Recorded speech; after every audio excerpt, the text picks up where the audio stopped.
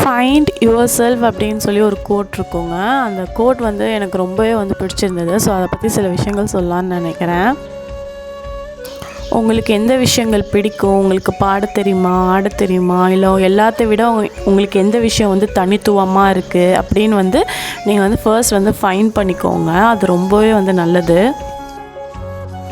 24/7 எல்லோரும் வந்து பிஸியாக இருக்க போகிறது இல்லைங்க. ஸோ ஏதாவது 1 மணி நேரம் உங்களுக்கு என்ன பிடிக்கும் அப்படிங்கிறத 1 மணி நேரம் வந்து கண்டிப்பாக ஃபைன் பண்ணி யோசித்து பாருங்கள். உங்களுக்கு அது பெனிஃபிட்டாக வந்து இருக்கும். அதை ட்ரையும் பண்ணி பாருங்கள்.